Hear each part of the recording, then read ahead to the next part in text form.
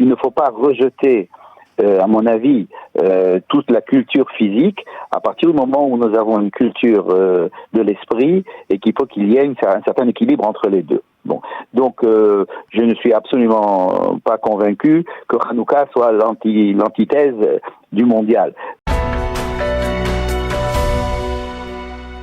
C'était au même moment l'allumage de la première bougie de Hanouka et le début de cette finale de la Coupe du Monde au Qatar. C'était au même moment et donc bien entendu on ne peut pas s'empêcher d'essayer de voir si on peut faire un lien véritablement entre cette finale de la Coupe du Monde, le football, le sport et le Hanouka qui symbolise, on le sait, entre autres la victoire des Maccabim sur l'Empire grec. Alors pour essayer de voir s'il y a véritablement un lien à faire, nous sommes en ligne avec le docteur Michel Bensoussan. Michel, bonjour, Boker Tov. Boker Tov, bonjour. Merci d'être avec nous ce matin en cette journée un peu exceptionnelle. Nous sommes au premier jour de Hanouka. Alors est-ce que véritablement on peut faire un lien? Est-ce que finalement ces deux cultures totalement diamétralement opposées, la victoire des Maccabim sur l'Empire grec qui symbolise l'esthétique, le sport, etc., et la finale de la Coupe du Monde qui se sont produits au même moment hier? Écoutez, moi ça m'inspire deux idées qui peuvent sembler contradictoires, mais je ne pense pas qu'elles le soient. La première idée, c'est que je pense qu'on a développé dans le judaïsme, surtout un judaïsme, si vous voulez, en dehors d'Israël, un judaïsme d'exil, un certain rejet de tout ce qui est nature, naturel, sport, physique, parce qu'on a développé, si vous voulez, une culture de l'esprit, et on a rejeté, si vous voulez, une culture physique, dans la mesure où la Grèce nous apportait des gladiateurs avec les Romains, des combats nus, des mises à mort d'animaux ou d'esclaves.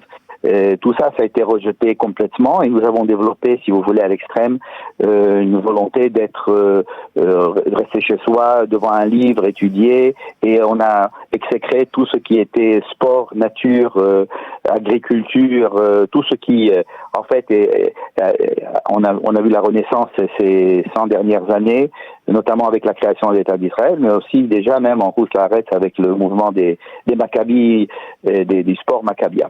Donc cette première idée, à mon avis, est un petit peu à contrebalancer par l'idée que il ne faut pas rejeter, à mon avis, toute la culture physique à partir du moment où nous avons une culture de l'esprit et qu'il faut qu'il y ait un certain équilibre entre les deux. Bon, donc je ne suis absolument pas convaincu que Hanouka soit l'antithèse du mondial. À savoir que nous n'avons rien contre les Grecs en tant que sagesse.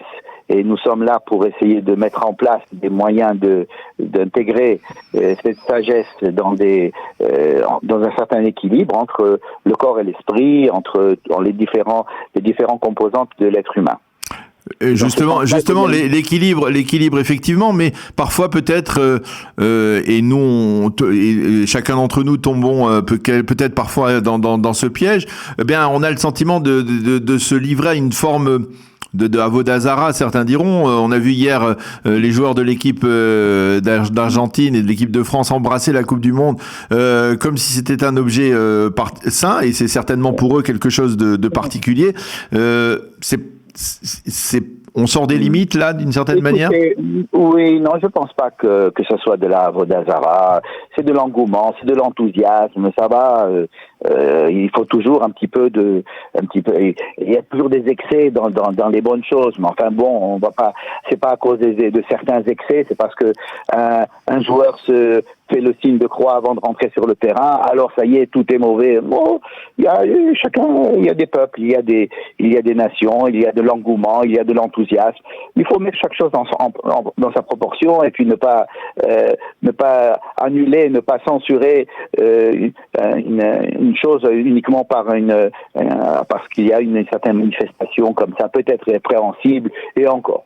La deuxième idée que je voudrais exprimer, qui me semble un peu plus importante, c'est qu'aujourd'hui, dans le monde, on a l'impression que l'idéal, ce serait d'annuler toutes les nations, tous les peuples, toutes les races, qu'il y a qu'il n'y a plus de race, qu'il n'y a plus de nation, qu'il n'y a plus de peuple, qu'il n'y a plus de famille. La mondialisation.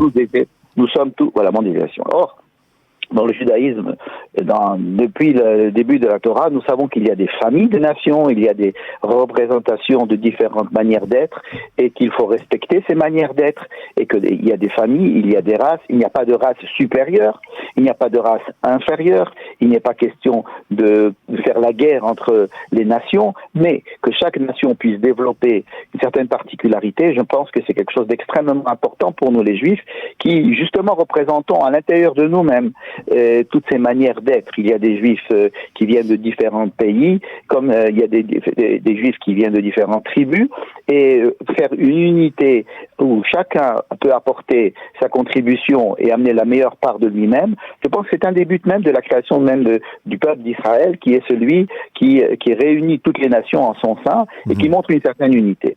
Et voici que apparaît cette Coupe du Monde, comme par exemple les Olympiades aussi, où chaque nation défile sous son drapeau, et les gens remarquent que cette chose-là peut exister sans qu'il y ait de guerre. C'est-à-dire que alvaille que toutes les guerres puissent se traduire par des matchs de football.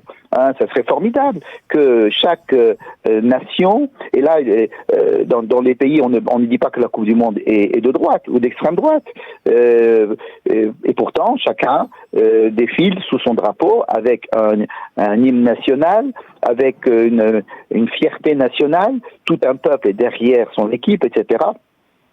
Il me semble que cela va à l'encontre de cette fausse idée de la mondialisation à outrance, où les gens perdent complètement leur identité nationale, et qu'on peut retrouver enfin que chaque nation peut être représentée, et que les affrontements ou les confrontations entre elles ne soient que sportives, que soient intellectuelles, soient dans tous les domaines qui soient pacifistes, dans le sens où à la fois on peut exprimer notre identité, notre particularité, et à la fois rencontrer d'autres, et la confrontation avec l'autre peut être bénéfique. Dans ce sens-là, il me semble que le mondial est un grand enseignement juif. Et je pense pas qu'il faille faire des maccabiades uniquement entre juifs. D'ailleurs, même quand les maccabiades se passent en Israël et que chacun défile sous le drapeau du pays d'où il vient, nous avons des juifs argentins qui défilent sur leur drapeau argentin dans les maccabiades, etc. C'est une préfiguration de ce genre de manifestation internationale, mais je pense que lorsque ça se passe au niveau international, c'est encore plus fort, c'est encore plus beau, et ça exprime encore plus le message d'Israël, de l'unité et pas de l'uniformité entre toutes les nations. Et dans ce sens, je ne pense pas du tout que cela soit représenté. Au contraire, je pense que c'est une manifestation très très belle, et même si vous avez des petites manifestations comme vous avez dit, alors ils embrassent la Coupe du Monde, et alors c'est pas ils vont le mettre dans un coin et puis ça va, ils vont faire la fête. Il faut pas non plus tomber dans le piège de l'image nous-mêmes, parce que c'est une image, c'est tout, ce n'est qu'une image, ce n'est pas du tout. Mais il ne faut pas que nous-mêmes... Et c'est vrai, Michel, que ces joueurs qui gagnent des millions et des dizaines de millions d'euros, chacun en tant qu'individualité, eh bien, savent mettre de côté cela pour essayer de concourir pour leur drapeau, pour leur nation. Et ça aussi, c'est d'une certaine manière un mélange entre les talents individuels et, on va dire, la cohésion, une forme de cohésion nationale.